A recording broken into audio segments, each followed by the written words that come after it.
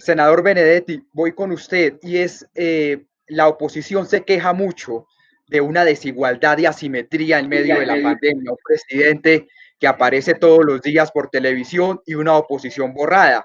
Incluso se dice en una discusión sobre la renta básica que usted tanto ha promovido versus una reforma tributaria estilo Carrasquilla, las condiciones de desigualdad en medios de comunicación serían grandes. ¿Usted comparte esa opinión? ¿Usted sí cree que hay una simetría inmensa entre un ejecutivo todopoderoso que sale a toda hora en medios de comunicación y una oposición y Congreso borrado?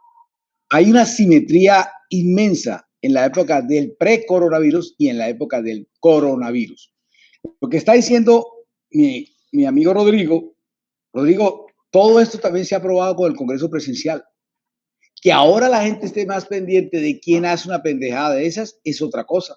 Pero todas esas reformas tributarias que fueron demandadas por el colectivo de UPRIMI, en el sentido de que lo único que han hecho es crear desigualdad, toda esa telaraña de impuestos que lo único que hace es quitarle impuesto a los ricos para ponérselo a los pobres a través del IVA, de la gasolina, etcétera, que dice que vamos a quitarle impuestos para crear más empleos y no hay un solo indicador en toda la historia nuestra que diga que al quitarle impuestos esa persona empleó a alguien. Nunca han empleado a nadie, absolutamente a nadie. Está clarísimo que el que vota a alguien o saca a alguien jamás lo vuelve a recuperar, que es lo que va a pasar con esta pandemia. Pero entonces yo le invito a pensar a Rodrigo y Ariel, esto, toda esa telaraña tributaria la hizo el Congreso Presidencial.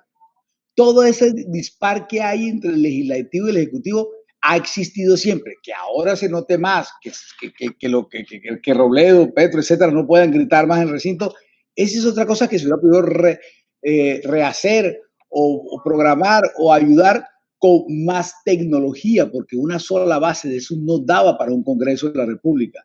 Y yo soy de los que creo que no es ilegal sesionar virtualmente, pero soy también de los que creo que deberíamos sesionar presencialmente por cosas de retórica, por cosas de rutina, de rituales, etcétera. El Congreso ha tenido que estar presencialmente, por lo menos no semipresencial, porque semipresencial es la misma vaina que teleconferencia, ha de ser presencial, y el argumento aquel de que se van a enfermar o no se van a enfermar es el mismo argumento o el mismo riesgo que corre el señor que abre la empresa, el que abre el restaurante, el que abre el noticiero, etcétera, etcétera, el que abre una obra, etcétera, etcétera.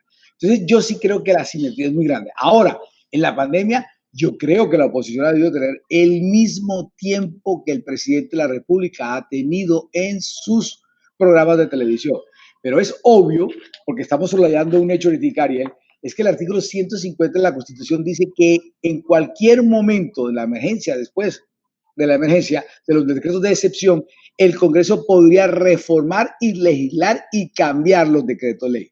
A eso es lo que yo creo que le ha huido todo el tiempo el mismo Congreso y el mismo gobierno. Ese es el punto central por el cual, porque para que Robledo o Petro y tal vayan a gritar más allá y hacen la mano y le den más veces la palabra, no creo que ese sea el problema. El problema que se quiere evitar o que quieren aislar al Congreso es que pueda retomar, cambiar todos los decretos de emergencia que se han dictado en los últimos meses. Senador Rodrigo Lara, termino con usted. Dos preguntas en una muy rápidamente. Primera pregunta, ¿usted cree que están cogiendo de chivo expiatorio a alcaldes y gobernadores para tapar escándalos grandes a nivel nacional, como han dicho varios alcaldes y gobernadores, o usted cree que eso es falso? Y la segunda pregunta, pues además que yo creo en todo esto, que es la del millón, en temas de transparencia, los derechos de petición ahora, si yo lo mando, ya no se lo responden en 15 días, sino en 30 días. Muchas instituciones no publican los contratos que hacen, nos enteramos porque algún medio de comunicación lo filtra. ¿Usted cree que hay problemas gravísimos de transparencia, como dicen algunos, que llevan a la corrupción? ¿O usted también cree que eso es normal porque estamos en pandemia? El poder en exceso, la concentración de poder siempre termina degenerándose por sí misma. Creo que hay un problema también, por ejemplo, con los medios. La crisis económica lleva a que baje la pauta y pese mucho más la pauta pública, pese mucho más la pauta de los sectores que no están en crisis, como la banca. Y respecto de los alcaldes y los gobernadores y los congresistas, pues son el eslabón débil. Los alcaldes más poderosos y los gobernadores más poderosos no. El gobernador de Antioquia, que pauta mucho, es muy poderoso y tiene cómo defenderse mediáticamente de procesos judiciales. Lo mismo la alcaldía de Bogotá y 2 o 3 alcaldías de estas. El resto, pues son supremamente débiles y obviamente se convierten en el chivo expiatorio de todos los dramas y frustraciones que atraviesa un país.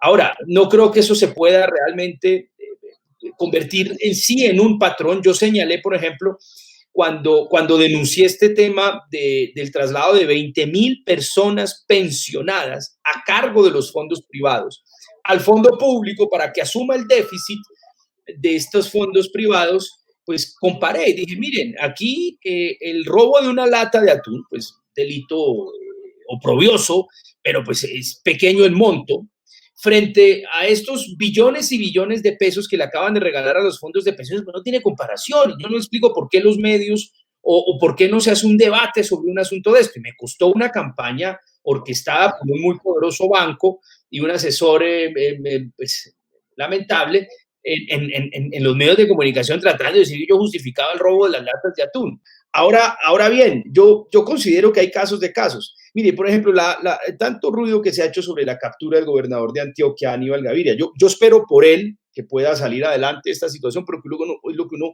le espera y le desea a cualquier persona. Yo no lo conozco, pero le deseo eso. Ahora bien, ¿por qué la Fiscalía dicta medidas de aseguramiento? O solicita medidas de aseguramiento, o dicta medidas de aseguramiento, en este caso por ley 600. Por el populismo punitivo, Ariel. Porque nosotros legislamos muy mal, el populismo punitivo es eso, como está ahorita con la cadena perpetua, que a cualquier funcionario, por algún caso de corrupción, se le debe necesariamente dictar medida de aseguramiento con detención. Eso está en el 68A, 68B, en estos artículos que reformó el Congreso de la República.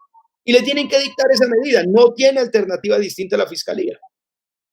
Es absurdo, tal vez yo no conozco el caso, no quiero entrar en el detalle, porque no me gusta mucho hablar de los temas judiciales, pero en todo caso es producto del populismo punitivo, de hacer normas penales irracionales, de hacer normas penales para una situación de indignación puntual y extendérsela a todo el universo como si todos los casos fueran iguales.